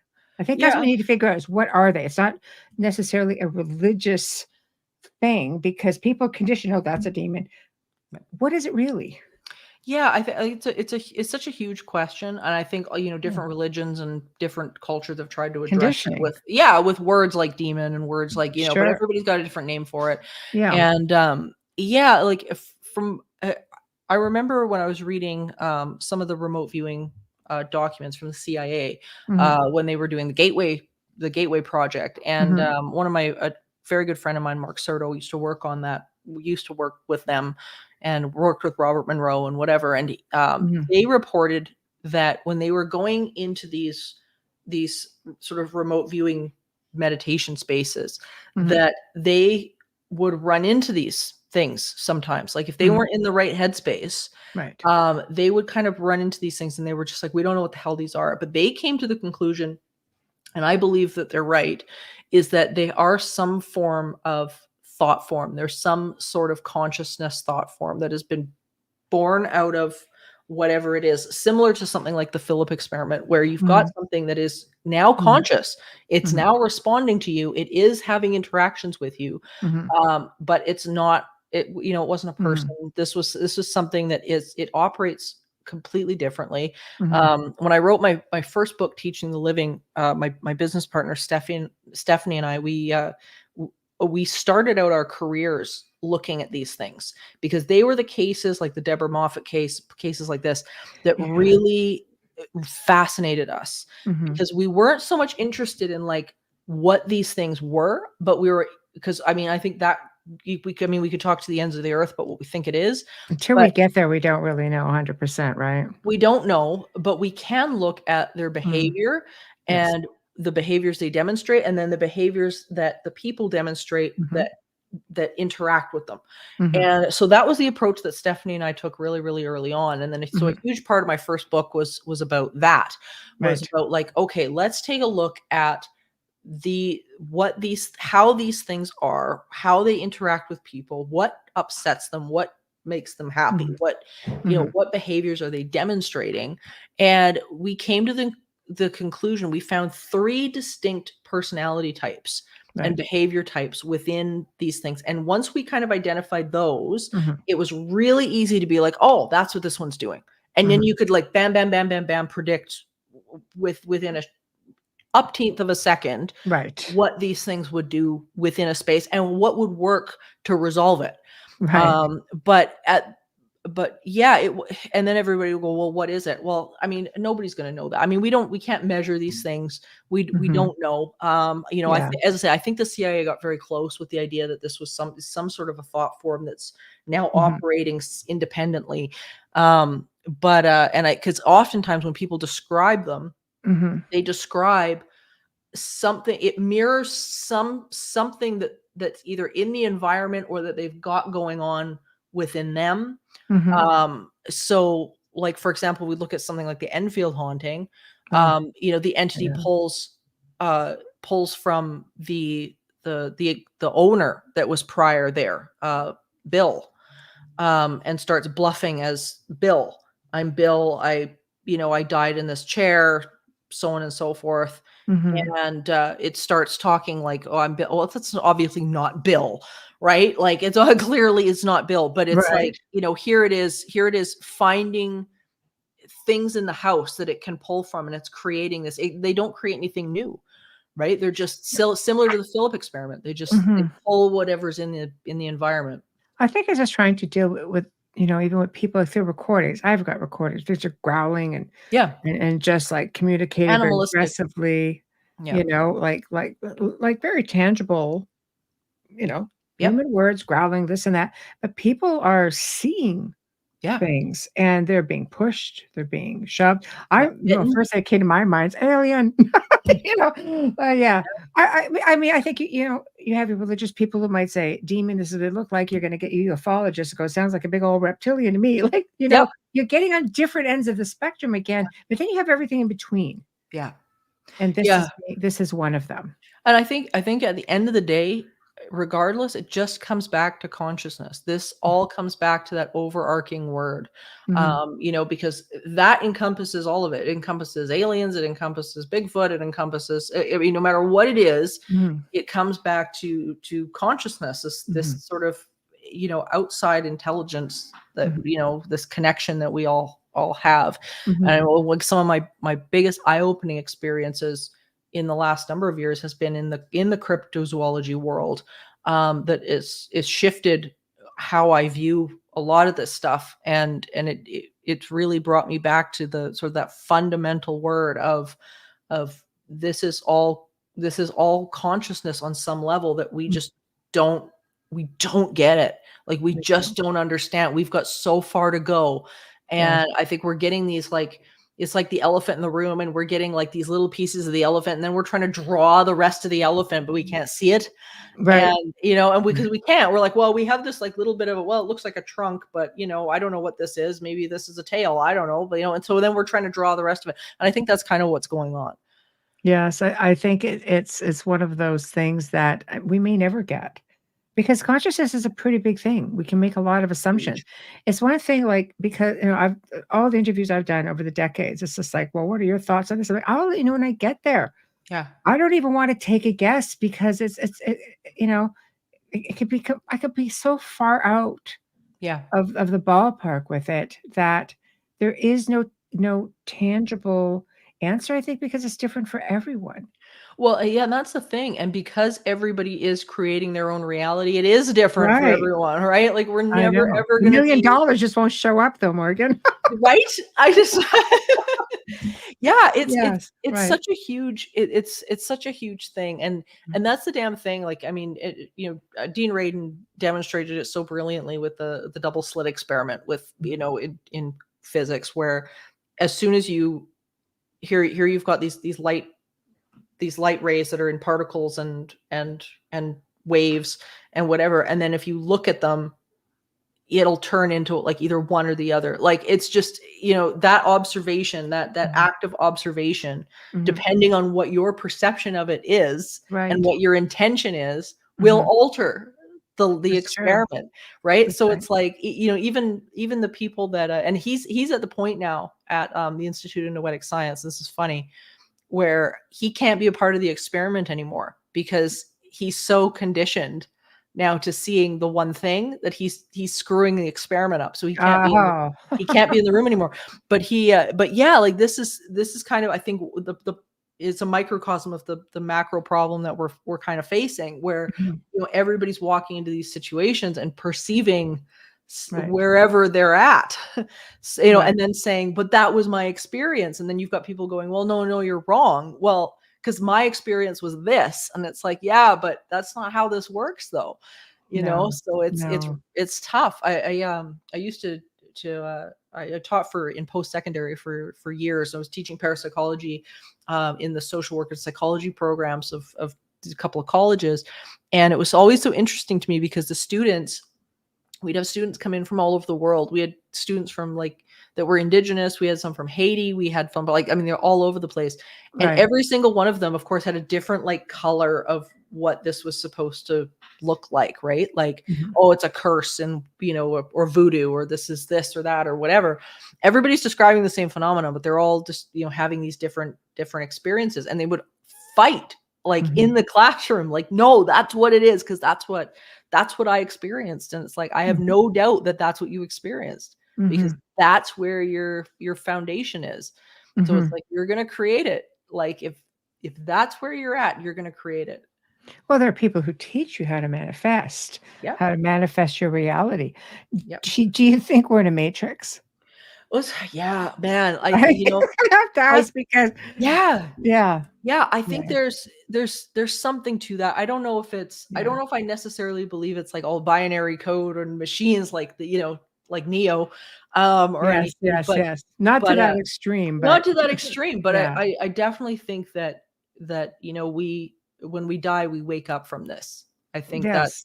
I definitely believe that. And I know just talking just on my own podcast, just talking to so many people that have either had near-death experiences or whatever, that have it described exactly that, where it's like, oh man, it's like, yeah, I died. And then I woke up. And when I woke up, it was like the pure version of me. It was like just spirit and joy. And most of them don't even want to come back. They're just like, I'm done. Like, this is so amazing. I'm done with it, and then they're told no, you gotta, you're not done. Sorry. Yes. No, we're not. Get You the have to hell go back there, Finish the job. All finish right. the job. But they always say, you remember this feeling though, you remember this connection, because when you go back there, you're going to need it. And and so I think that's kind of what this is like, we're here, but what we're experiencing, we are creating, and we seem to have a consensus reality because we can all we can sit here and do this show together, and stuff like that. But I think there's and I don't know whether you'd call that a pre-program or what, but I think that our focus and our our state of being and everything will move us in these various directions, because I'm a huge believer in manifestation. Yes. I practice that. I'm Same. huge. And I've had some incredible things happen over my lifetime. You can't unsee. Once you work this stuff, you can't unsee it. Well, once you're aware of it, I think that's the biggest thing is trying to condition yourself to be aware of all the signs that the universe leaves you, not just so much what you're manifesting. I love synchronicities. Yes, huge. Oh my gosh, synchronicities, it's if you really start to recognize them, they're everywhere. Absolutely. And the universe it has its own language, Yes. it really has its own language, and it sort of talks in whispers, but and once you start to understand how to read it, you really can clue in that it's like, oh man, this was meant for me, or that was meant for me, or you just know, and it just becomes like talking to an old friend. You just kind of see this stuff and Yes. Oh, I remember going to see my mother before realizing that it was be my last time to see her. And I was just driving, and on the back of a transport, there was like my maiden name, just right across the back of the transport. And I just looked at it and went, huh, all Wow. right. And so I was going. But I went there to find out that she would be passing. Wow. So I was just kind of like, okay, you just start Yeah. noticing little things, and it's just like, wow, that's pretty cool. But now I notice things Fascinating. everywhere. Yeah, we just did an episode recently. It was part one of another episode we've got coming out in September, but it was about the Edmonton Oilers, and the Edmonton Oilers, how this past hockey season, one of the things that they were really focused in learning how to do was like meditation and manifestation, and they actually brought in a guy that trains for that. That's And excellent. I love yeah, that, though. yeah, and we're gonna be having him on the show here in September. But Beautiful. and this is what this guy does, and he taught them, like, okay, you're gonna like forget about everybody else. You're gonna forget about what everybody else is doing. You are no longer a competing team. This is what you're focusing on. And they went from the tied for last place in November, like bottom of the barrel team. They just couldn't get it together Wow. to the Stanley Cup final. Beautiful. And yeah, and 16 run win streaks, bam, bam, bam. And everybody So was, there's something to it. yeah, everybody was going, how the hell are they doing this? Oh, they just, maybe they just got a new coach, or, oh, maybe they just got blah, blah, blah. And the Oilers, they were the first ones to say, it ain't that. It ain't that. And their goalie, who was the one, Stuart Skinner, who was the one that brought on this sports this psychologist who understood this manifestation stuff. He had been practicing it before he brought this guy in, and said, no, this is what's missing. And so between that guy and then the new coach, Chris Knobloch, that they brought in, the first thing that their new coach had said to them, and was quoted on saying to the team, was, "Oh, you've lost your joy." And he said, if you can find the joy, that's your only job, is find your joy in the game. And he's like, I don't care if you win or lose. Right. Find your joy. And as soon as they did that, it was the first game they played with Knobloch, bam, won it. Second game, bam, won It's it. an energy thing too. Absolutely. Right? Absolutely. It's Yeah. empowering. Hugely empowering. And when they began to see results, and they would, the media would be asking them, they'd pull them aside and go, well, what did you do for this game? What was it? And I remember their one fellow wingman, Zach Hyman, he said, if he's like, it's amazing what happens when you embrace joy and positivity. He's like, doors start opening. And he could only say so much to this guy, because the guy wanted the sports answer, right? Like he wanted the play-by-play. And Zach was like, yeah, but that's But what it's it more is. of an enlightened. Yeah. It's an enlightened answer. Yeah.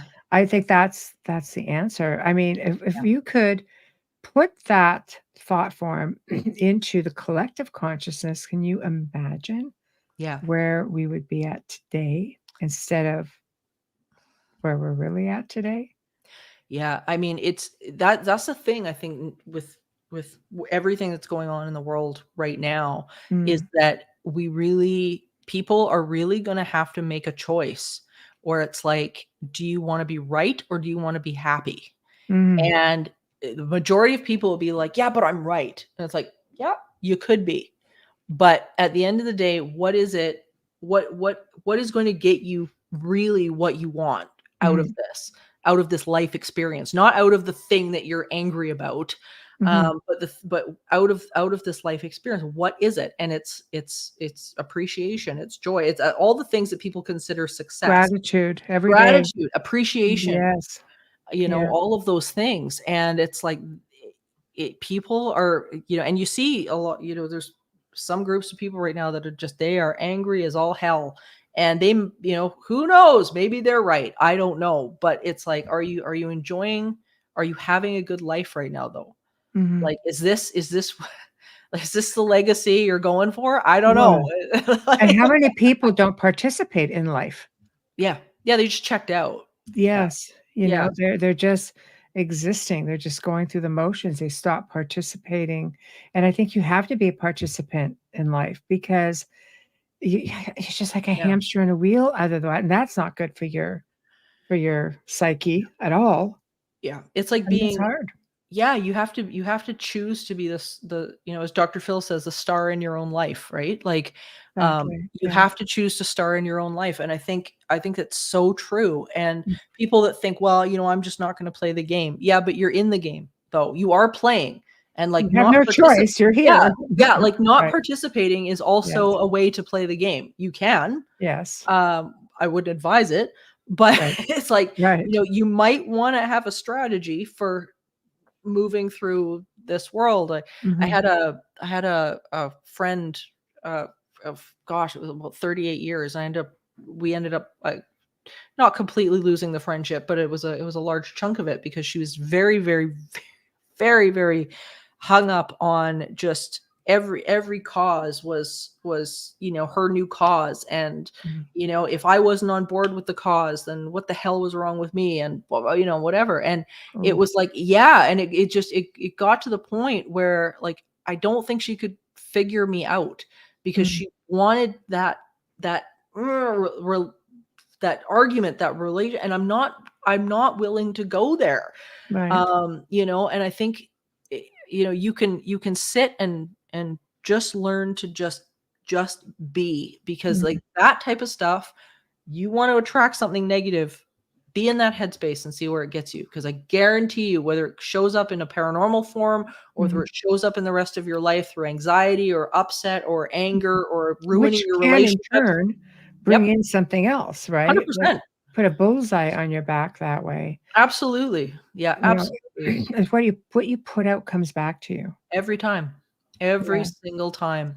Mhm. And anybody that's, clinging to, what they think in the moment is like, the worst or most important thing or whatever. It's like, Mhm.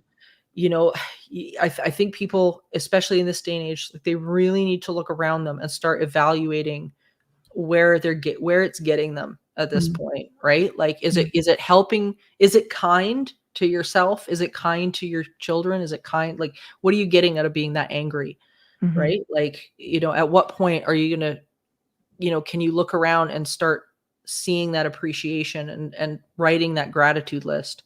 Well, then Um, you can get into ancestral, like, imprint, you know? Like yeah, like some people who feel like, for example, this was a past life.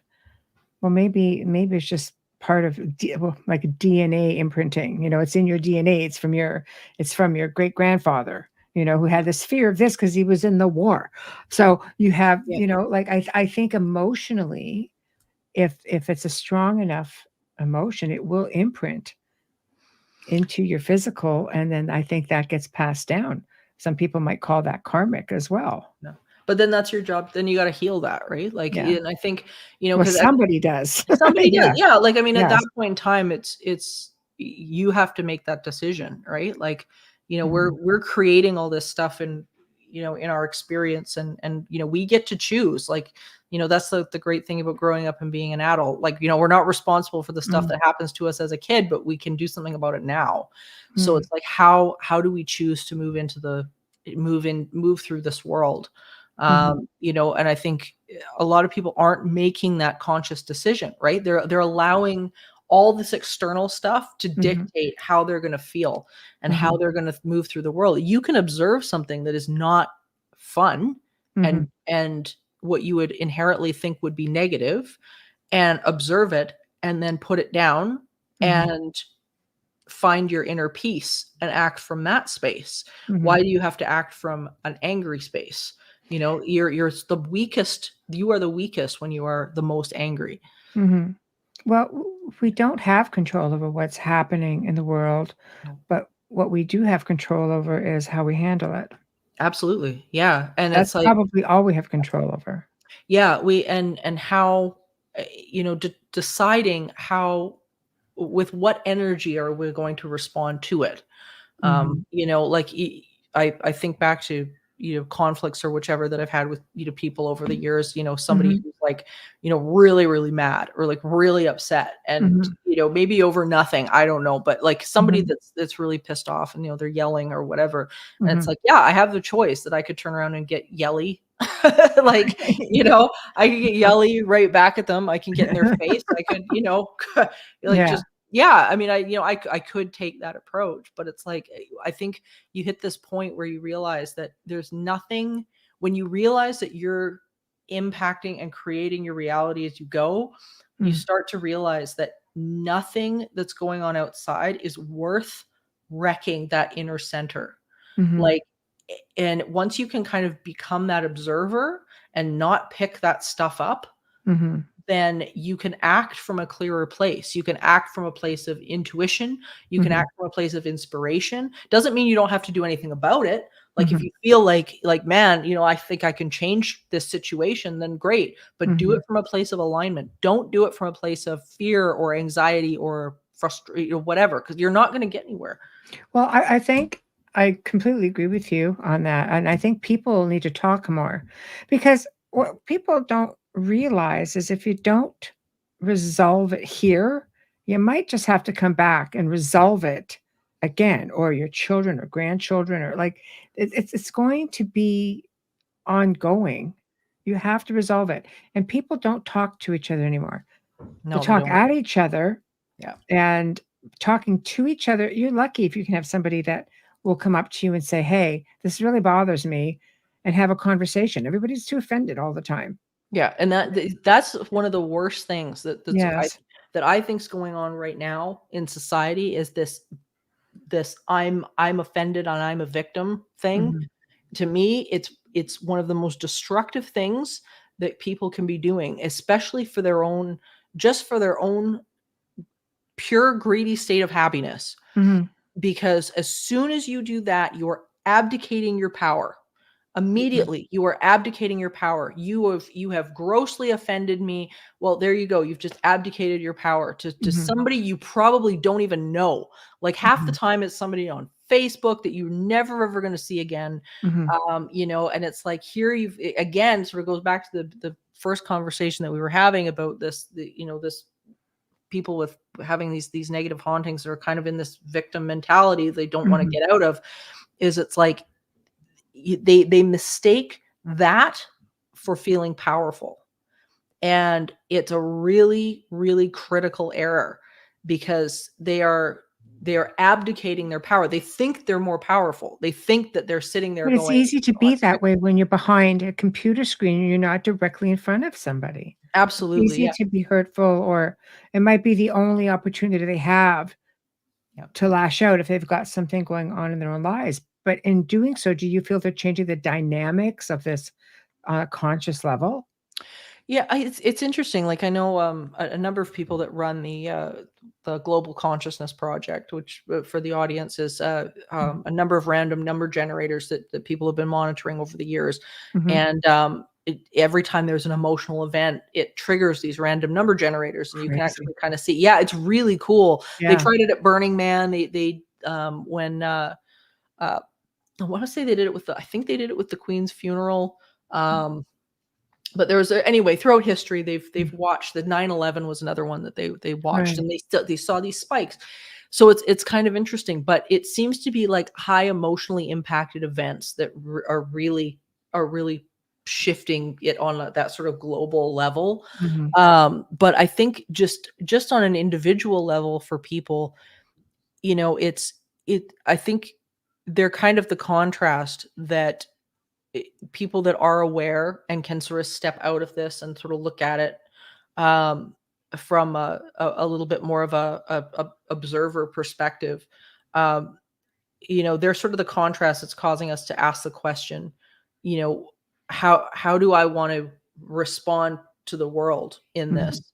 And you're going to get the people that are, even on the antisocial side of personality. Most trolls, they discovered, are actually on the sort of antisocial psychopathic end of the spectrum. The psychologists have realized that these people actually are like, they actually have personality disorders. Like there's some serious some serious stuff going on with these people. Mm. These people that like troll and are just like purposely writing these horrible things to people and whatever. But I think like, yeah, I think ultimately like these guys are the contrast of, do I want to walk through this world empowered and finding myself and actually putting something positive into the world, or am I going to sit there and degenerate into this, this angry person that's seeing the world through this lens? Because that's the other thing too, is like if you walk through the world and you believe you're the victim, the universe will show you that you are the victim. Like Mhm. it will do you that favor. Mhm. And you will start to create circumstances again and again and again where you're just being, see, I told you I'm the victim. See, I told you I'm the victim. Mhm. So it's Well, like, it's giving you what it thinks you want, absolutely. So it's right? like, yeah, So if you want to be the victim, by all means, the mm, universe will right. accommodate you. Yeah. So do you think that we have these overseers that just watch us and like to make things go wrong in our lives? I don't. I think we have entities that are there, and I've learned this through my life, that are absolutely there to assist us. I think they're there as a positive presence. I don't think that they can intervene in that way, Mm. nor do I think that they want to. I think they get joy out of watching this journey unfold, because Do you everyone think that that they have some on the flip side that's just trying to sabotage? I don't. I think what happens is we cut ourselves off from that abundance. Mhm. And I think the more negative we think and the more negative we kind of like pull ourselves into, whether we're Mhm. screaming at somebody online, we cut ourselves off from the abundance, in the same way that like, there's no dark switch when you turn the light off. Mm. It's like you can turn the light on or you can Mhm. turn the light off, but there's no dark switch. And Right. I think that's kind of how this is, where it's like, you can cut yourself off from that abundance, and it's like, Mhm. and that joy and all those good things happening, yeah, you can do that. Mhm. But as soon as you tune back into it and you kind of dip back into the flow again of Mhm. this stuff, then all this stuff just connects again, and you end up just like, oh man, oh, there is my good luck, or oh, there's my, whatever you're calling it. Right. Yeah. Right. Well, it's interesting. There are some people who truly believe that somebody's out there's It's got it that out for victim them. mentality again, though. It's that victim mentality, right? Like it's that Yeah. whole thing. Like it's got to be Right. somebody out there doing this thing to me, right? And it's, Right. Or yeah, yeah, something slipping in the right back ether. in. Yeah, yeah, Well, slipping right I back mean, in. what are your thoughts then? So when we come here, there's a theory that we all plan this ahead of time for our spiritual growth and our evolution. And then you have players within our soul circle. We all Yeah. follow each other around. We role play, and then we've got the guy in the middle who's just like, nope, nope, nope, nothing's going right for me. Nope, nope. And the rest of us are trying to evolve. Yeah. I mean, we all evolve at a different pace. Not everybody's allowed to come on the journey, or they can't catch up, Yeah. and they have to remain behind. So then, what do we just keep coming back till Buddy gets it?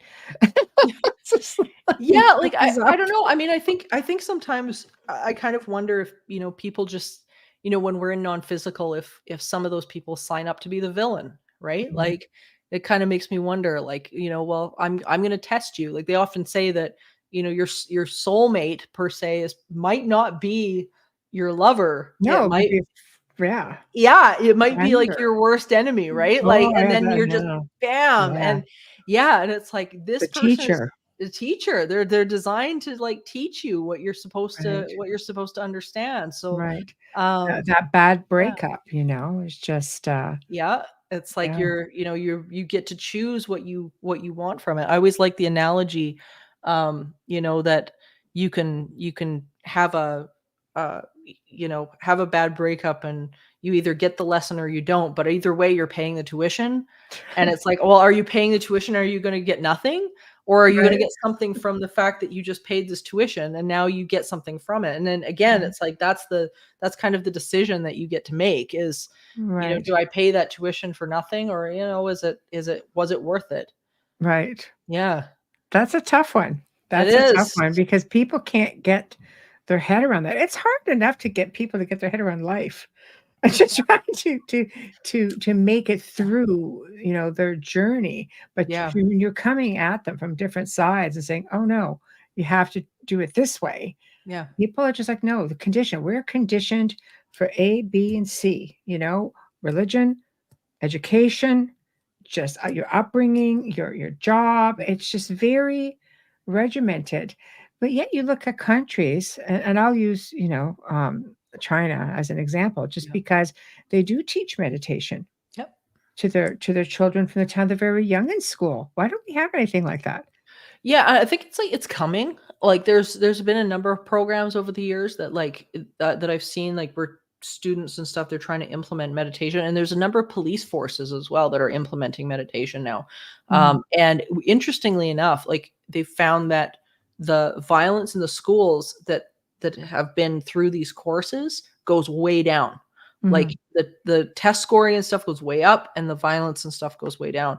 Mhm. And the police officers that go through it do like way better at their job. Nice. And yeah, so it's like I think Edmonton Oilers, same idea. Edmonton Oilers, same thing, Right. right? So Yeah. it's like it's coming around slowly. But yeah, I think people are just really action oriented. Like we want it to be about the thing we're doing, like physically doing. Mhm. And I'm like, I'm bad for this too, where I'm just like, my immediate thought is just like, well, I have to do this thing to fix it. And it's like, no, that's actually it's probably the thing that you're trying to fix. It will happen despite your effort. The thing that Right. you want will happen despite your effort, not because of your effort. Right, So right. yeah. And that's hard too because we want to think that we're instrumental in making that Yeah. happen. But Yeah. sometimes it just goes on and we just sort of, what just happened? Yeah. How did I Yeah. get to the finish line? You know? Yeah, well, that's the one thing that, that the Oilers talked about a lot, where they said you get into this headspace where you Mhm. weren't even they had to understand that they weren't the ones doing the scoring. It was what they were channeling that was doing the scoring. It was the energy that they were channeling, Mhm. but they were the instrument to create it. So like they still had to be in shape, they still had to Mhm. practice, they still had to do all those things, but They're just a vessel. they're the vessel. And it's like, and once they caught on to that, it was like, oh, and then you see, people like Connor McDavid doing all these like ridiculous hockey moves. And they're like, how are you doing this? Like, what is this going on? Like, how are you making this magic happen? And stuff Mhm. would go on too. It was really interesting because I was really blessed to go to a lot of the games this year. And, it was so interesting to watch because stuff would happen on the ice that I don't think everybody was seeing. Like, they would go to score, and the other team, I remember distinctly this happening. The other team, I can't remember who they were playing, but the one guy went to go and score against the Oilers, and as soon as he touched the puck, his stick exploded on the ice. And had he shot, and our goalie at the time, he was facing the other way. He didn't see the guy shoot.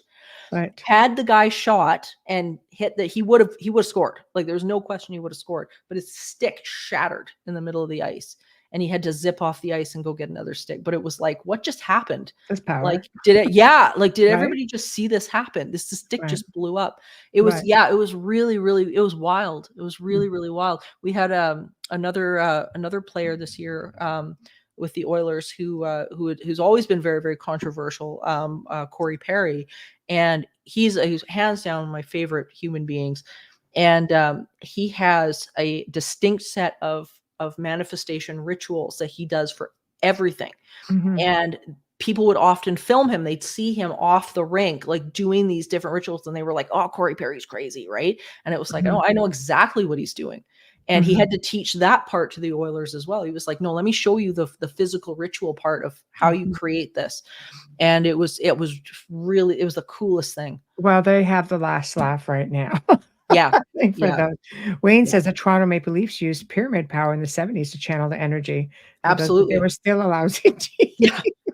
Yeah. Well, it's like, that's the alignment Yeah. part, right? You can Yes. understand this stuff, but if you fall out of alignment, it's not Yes. gonna matter. Yeah. Yeah, at least it was an effort. So, Totally, for totally. now, Yeah, um even, just a quick story, when, the Colorado Avalanche won the cup, mhm, Nathan McKinnon, their star player, he turned around and, he knew that they were gonna win the cup, that night, because when they got to the hotel room, um, he and Sidney Crosby of the Penguins, they are best friends, and they used to work at Tim Hortons together in Halifax. Yeah, they were like the window guys at Tim Hortons in Halifax. And so they came up together. And of course, Sidney Crosby's number is 87. And Nathan MacKinnon, they got to the hotel and everybody was like, man, this is it. Like, I don't know if we're going to win the cup, blah, blah, blah. And one of the players came up to Nathan and handed him his room key. And his room key was 87. And he said he knew at that moment that they'd won the cup. Oh, see? Yeah. Synchronicity. Synchronicity. Yeah. Again, it's just recognizing it. I think it's just, I love these success stories because it's really cool. Yeah, they're paying attention. And so many people that really understand this stuff that we don't realize. Mm-hmm. Yeah. I think it's if you can be open to it, it can root itself, and there is no more effort. Yeah. To it. You just have to. Effort is not our friend. Effort is not our friend. The alignment is our friend. And then when we're in alignment, the effort is inspired. Mm-hmm. And it's like, that's what I found so much over the years, where it's like, if I'm just like super hyper focused on something, let it go. Mm-hmm. Because as soon as you let it go, let your mind go or whatever, mm-hmm. it's not that you won't have to put effort in. Because I think a lot of people mess that up. They're like, well, what am I supposed to do? Just sit on my couch and meditate? No. But you could start there. But it's like, but then, you might be sitting on the couch and meditating. And then all of a sudden you're like, oh, I've got an idea. Right. And then you get pulled to go do whatever that is, but it's coming from a different place. It's not coming from effort. It's coming from like, oh, I know, I should go do this thing. And it might be something super stupid. Like I'm going to go make myself a sandwich. And then you go into the kitchen and then somebody's left something on the counter and you're like, oh, what's this? And then it's like an idea. And then, but there's always something, but it always comes from that alignment space. Awareness. I always talk about awareness, evolution. It's to me, they go hand in hand. Just be aware. Absolutely. Pay attention. Pay attention. Yeah. So coming back full circle as we slowly come, to the top of the hour, paranormal, where would you like to see it go? Out the door, or or where would you really like to see it go? And how would you like to see it evolve? Oh gosh, I think, and this is one of the things that I'm trying to do with Blue Ant Media right now, and we're working on some of their shows, is that I want to see it in a place where people are, able to turn on their TV and get good information, because that's where people get their information from. They're not going to sit and read a pile of white papers. People just don't have time for that. And people don't have access to, some of them don't have access, and some of them just, it's too much, right? Like, and you don't remember things if you're bored, right? So, I mean, to me, what I would love to see is have this information in parapsychology accessible to people in a way that was truthful, and was fun, because as soon as it gets fun, then you're paying attention. People are going to remember it. And so, I would like to see people understand that it's not all about the ghosts in your house. This is something way broader than that. Parapsychology is about asking the big questions of consciousness and understanding who we are, as spiritual beings, as you were saying, walking through this world. This is, I think this is the day and age and the time where people need this now. This is the time for it. If there's ever a time for this subject matter, this is it. When we understand survival after death, when we understand it, starts to reshape how we're responding to what's going on in the world. Well, I think you're a good start for that. And I commend Blue Ant for taking the initiative, because I know, after spending 2 decades in various media, that they have a formula to follow, a narrative, and nobody wants to step away from the formula. And when you're looking at a formula, it's not just, for example, one production company, or it's everybody. Everybody follows. Yes, everybody follows it, and then all of a sudden somebody says, we're going to change it. Then everybody jumps over to there, and this is where I think the problem is, because you have to rely on the media. If this is what people are going for, then you need to show due diligence. You need to have that drive to want to get it out, because people are, I think I like to say we're in a day and age, we have been for a long time, where people want real answers. Yep. They I don't agree. want to just follow people running around screaming at an investigation. They want tangible answers, whatever it may involve. I Yeah. mean, And there are a lot of people who want it. yeah, and there's a lot of people too, I think, that want, the jump scares and everything. That's fun and fine, but then they're asking, now what? Like, they're going, okay, well, that was fun, but I still want to talk to my grandma who passed away, or I still want to talk to, like, now what? Like, what is there then? Because we know, like, they inherently know that this stuff's not, like, that stuff isn't real. Like, I think they all know by this point that, Zach Baggins is making up crap on his show, right? Like, I mean, everybody kind of knows that it's like, okay, that's entertainment, right? Yeah. And I mean, and that was fun and that had its day. But now it's like, and I think part of it is the state of the world, that where we're at right now, Mhm. is people are going, okay, but what about life after death though? For real? Well, a lot of people You have know? experienced great loss in their lives. I'm one of them. Absolutely. I lost both my parents in 15 months. Oh, geez. Yeah. Like, Yeah, just yeah. recently. So it's like, Oh my okay, gosh. you know, Yeah. but It I'm hit. aware of what's after. But do you think because of the stigma of parapsychology being the science-based explanation, do you think that people might fear, and I'm only asking because you triggered it when you said people want to know, what about my grandmother that I want to talk to? What about my loved ones?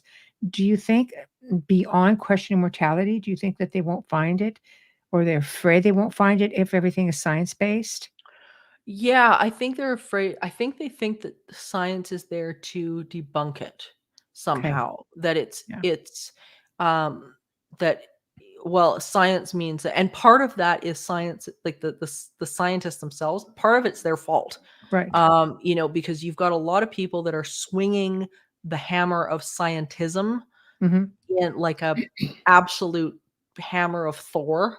Mhm. Like you've got people out there that are they're Abusing science it. science has become a religion, right? Where it's just like, this is the way it is, and this is, and most of it's completely wrong. Mhm. They've completely forgotten that science is a tool, Mhm. and that is constantly evolving and changing, and now we're way ahead of this, and we're not, at this point, we're not even trying to debate Mhm. consciousness. We know that it's there. We have the proof that it's there. We're now trying to understand it, but they're Mhm. back on their, I don't know, like it's less like a religion for them at that point. Mhm. Mhm. So you've got these people, I think, that have been beaten up by trolls like that have Mhm. said, this isn't real, and I know because I read it in my textbook in grade 10. Mhm. And it's outdated information and it's Mhm. wrong. Mhm. So I think that's part of it, right? And you've still got, even in academia, like a lot of my colleagues are professors and psychologists and things like Mhm. that. And even in academia, there's still that stigma of like, how dare you bring this to the forefront? Yeah, how Don't dare do you that. step outside the Yeah, box. don't you study that. That's Right. like Dean Radin, who you know he's, I mean, God knows how many papers he's published and how many books and whatever. He was putting out, when we had him on my podcast, we he was saying, he said he put out a paper or whatever about consciousness, and I think it was about um uh thought and altering consciousness and all this stuff Mhm. and whatever. And he actually got threats from people saying, like, if you don't take this down, yeah, like it was horrendous. So Wow. yeah, so there's like even people in academia that are like threatening, It's like the pure, field of archaeology. It has to be like it's like a good old boys club, but then it becomes yeah. about funding too. Yeah, well, yeah, So, and then they'll pull the funding yeah, out of something, right? So which right, is why you get organizations like the Monroe Institute or Institute right. of Noetic Science that have, or even the Rhine, right? Who Yes. have like pulled outside of like Duke University or whatever. They've just pulled outside of it because they're just like, no, we're gonna just be out here, Do and our then own you guys, thing. yeah, then you guys can't rip funding or control what we're doing Mhm. and whatever, because yeah, you'll get these people that are just completely hung up on this worldview that is completely outdated. Mhm. And that's, I think, the struggle when you're dealing with anything, if you're trying to advance with your information. And I think parapsychology has had a bad rap. Yeah. I think the paranormal came in and took over to a point where parapsychology, and the experiments and everything else got put into the back seat for a while because it was just too easy to follow suit because everybody could do it, you see. Everybody could just go out and go to the science store, buy something, or buy your little gadgets, and you could do things. It's easy. Everybody could do it from home. Everybody could just walk down to the cemetery, walk down over here, do whatever. And cemeteries aren't all haunted, just so y'all know. But Right. but, Yes. but it's something that the common person could do. And I don't mean that in a disrespectful way. I just mean like anybody could do it. I mean, heck, there are kids doing it. So getting into parapsychology now, after a while, you have the same old thing doing the circuit and again, media. And now people are like, well, we want better answers. So now people are ready, I believe, to get into what the academics are doing with parapsychology. Yep. Right. And that's what I'm really trying to bring to at least the little segments that I get on the shows, is that where, if and they've learned now to ask me. Ah, What did they learn to ask? Because I'm not one of these people that they'll say that they can say, well, can you just say this about this? No, I'll tell you that's mhm. not what I do. If Well, I you're could just end up on the cutting room floor anyway. well, yeah, like I mean, yeah, like I mean, but they've started to realize, and I think this is why they keep me around. I think they've started to realize that the comments that people are coming back, like, and I get emails or whatever for after I'm on a show or whatever, Mhm. whatever, and people. Usually the comment they make to me is, I really like your commentary. It's the only thing that makes sense. Yeah. And I think it's like, I firmly believe people know the truth when they hear it. And I mean, not to say I'm always right about this stuff for sure. I mean, I've got a No, but if you long way to explain it go. in a way people can understand, Yeah. then you And then planted the back it up seed, right? right? Yeah, Like, I mean, yeah. if I'm talking about something or like I can cite what I'm, Mhm. what I'm saying back to Right. a study from whatever. And Mm. I think that's why they keep me around, is because, I'm not the, oh my God, there's something in the, in the dark Right, shadow or whatever, but I right. can turn around and I can tell you, I can pretty much tell you, like, what the theories are, what has been studied over the years. This is Mhm. what it could be. Mhm. Bam, bam, bam. And here's where you can go look it up. Right. Don't just take my word for it. Here's where you can go look Here's it up. And find it's just, it. yeah, yeah. So I think that that's really making a big difference. And I think that's why people are like, oh, well, maybe I should listen a little bit, take this a little bit more seriously than just, thinking it's some, oh, the ghost hasn't crossed over. It's like, oh Mm. God, here we go. Yeah. So So let's get Dolly is rid of saying, that. is parapsychology an accepted science? It depends on the circles you run with. Right. Like, for example, in the US, in the UK, Yeah. you get your PhD in parapsychology. Yeah. It's the Well, it's part academic of the course. psychology courses. Yeah, It is, as but in well. Canada, parapsychology is not recognized as a doctorate. Ooh. So it depends on the circles you run in, but Right. is parapsychology a recognized science? Yeah, absolutely it is. I mean, Mhm. you can take this in university. You can, I mean, as I said, I taught it in post-secondary. Mhm. You can go and get your PhD in parapsychology, hands down. Mhm. Northampton, University of Northampton offers it. Mhm. A lot of these major universities, like Princeton had a parapsychology lab, Mhm. Yale just opened one. It's called COPE, I think. Mhm. All these major, there's an interest there. People want to talk about this stuff, but Mhm. it's like, I think you've got the majority of people that are like completely gung ho about it. And then you've got the fringe around it that are saying this doesn't exist, and they're really noisy. Right. So you've got all these really noisy voices going, this is stupid. Mhm. This is well, statistically, it's not. Right. Statistically, most people have had a paranormal experience, Mhm. statistically. Yes. So you're not the fringe minority as they want to make you out to Right. be.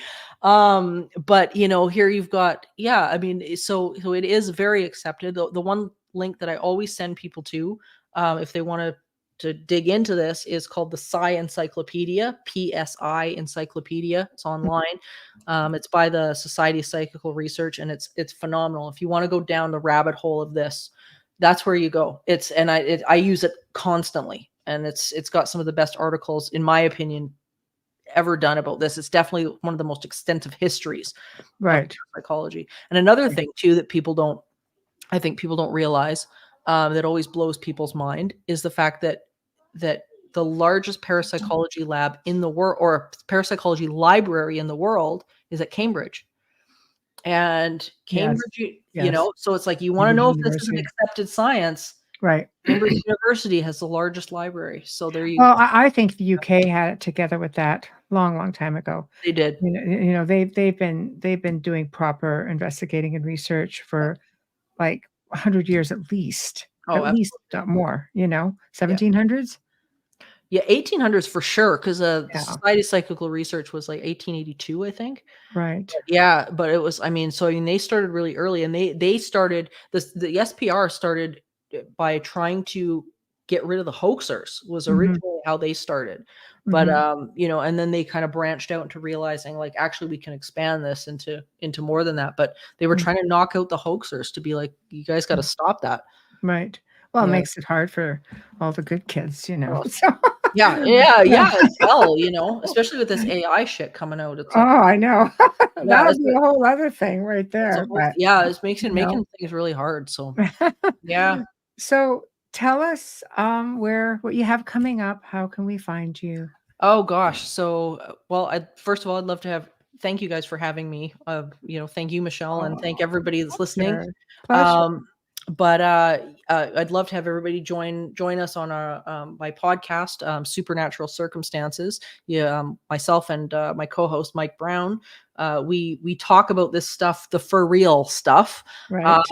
And we have on the best minds in the world. We had on Matt Baglio, who wrote, he was the journalist that wrote the movie The Right with Anthony Hopkins. Very nice. We've had on, Yes. yeah, we've had on, of course, Eben Alexander, as I've talked about. We've had on Lloyd Auerbach. We have on, they're regulars on the show. So, I mean, we delve into cases and subject matter that's like, it's crazy. Will blow your mind, but it's all real, and it's all talked about by. And when is your show on?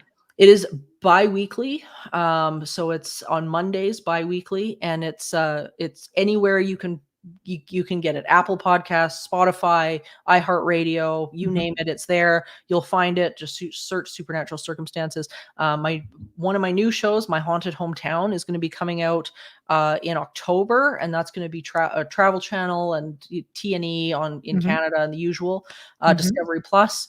I'm not on all the episodes, but I'm on a huge chunk of the episodes, so I can't vouch for whatever the hell everybody else is saying, but I can say I'm going to be on that one, talking expert stuff and whatever. And so those are the two biggies. But yeah, I'd love for people to join us on the podcast, because it's that some of the discussions that we have, I learn every single time I do an episode of that show. It's crazy. Yes. Yeah. But that's the objective. Oh, That's yeah. why the Outer Realm exists. It's just bringing people on Totally. and listening to their data, their research, their stories, their experiences, whether you all agree or not.